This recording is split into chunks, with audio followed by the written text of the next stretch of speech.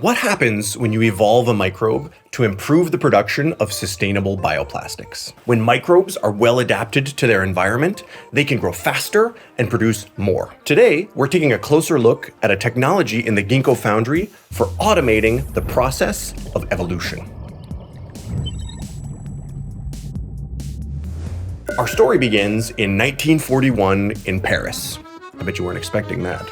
Jacques Monod, legendary microbiologist and handsome devil, is rushing to finish his doctoral dissertation so he can get back to working for the French Resistance. He is studying the response of bacteria to different mixtures of sugar and discovers what we now call the Dioic Shift. When E. coli grow on mixed sugars, in this case glucose and xylose, they don't consume them both at the same time. Monod observed an initial burst of growth that was associated with the consumption of glucose, then a pause, then a second burst as the bacteria switch to eating xylose. We now know that this pause comes from changes in metabolic regulation as E. coli expresses the enzymes to process the new carbon source. Eventually, Monod's work would lead to the discovery of the first genetic regulation system, for which he got the Nobel Prize in 1965. The practical implication for people who want to grow E. coli at scale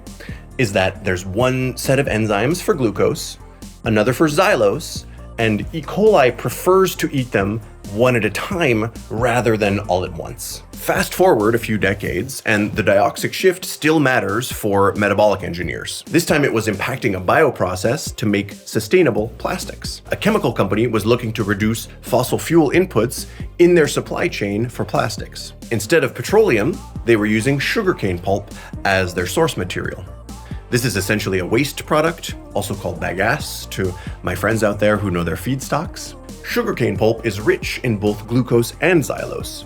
This makes it a good starting point for bioplastics because these are chemically close to the important monomers needed for the process. This project started with a strain of E. coli that had been engineered to produce plastic monomers using xylose and glucose as inputs. But because of the Dioic Shift, E. coli don't usually consume these two sugars together. This behavior was slowing down our customers' bioprocess and reducing their yields. Their microbe needed to be adapted to the new medium. The E. coli had evolved in an environment of scarce resources where it pays to focus on one kind of sugar at a time. We needed to transition it to an environment of abundance where it pays to consume both glucose and xylose rapidly. For this application, we went with a technology called automated ALE, where ALE stands for Adaptive Laboratory Evolution. In the Ginkgo foundry, our ALE devices are used to rapidly evolve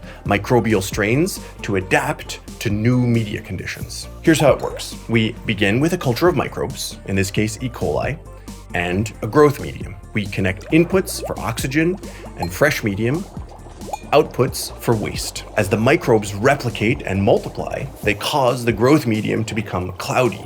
We continuously monitor the cell density and dilute the culture with fresh media to keep the cells growing. If you work in this area, you might be familiar with the idea of a turbidostat, a device that can maintain microbes at constant density and constant growth. This system is a similar idea, but with optimizations that allow reliable, long-term evolution and eliminate biofilm formation, which screws up a lot of conventional turbidostats. The ALE device provides optimal conditions for evolution. Anytime a mutation occurs that improves growth rate, that mutant will gradually spread until eventually it represents the entire population. As a result, the overall growth rate will gradually increase over time. Here's what that looked like for this project. We grew the microbes on a combination of glucose and xylose. Over the course of about 2.5 months, the growth rate gradually increased about 6x. They started out dividing about once every 10 hours. We got that division time under 2 hours. This improvement in growth rate was associated with an improved consumption rate for xylose. Here's a plot showing the consumption rate of xylose and glucose during the course of growing a single batch of E. coli. The original strain consumes the glucose first. It only switches to xylose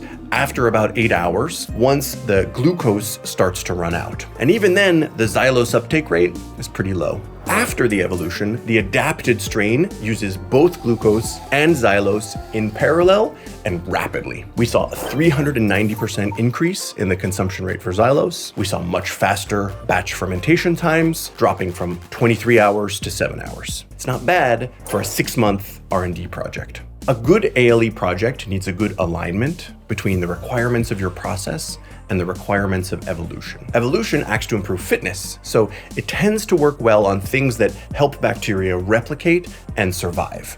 Growth rate, nutrient use efficiency, stress tolerance. I like ALE for adapting cells to low pH, high salt, high temperature, or unusual nutrient mixes. This project happened to use E. coli, which is fun because it's exactly the microbe where Jacques Monod first described the Dioic Shift. But our system can continuously culture basically any microbe that grows well in suspension. Bacteria, yeast, fungi, microalgae, or even plant cells. I think of ALE as being complementary to genetic engineering as a strategy to improve microbes. It's definitely less powerful in some ways. Evolution is not going to introduce completely new metabolic pathways, at least not in 3 months.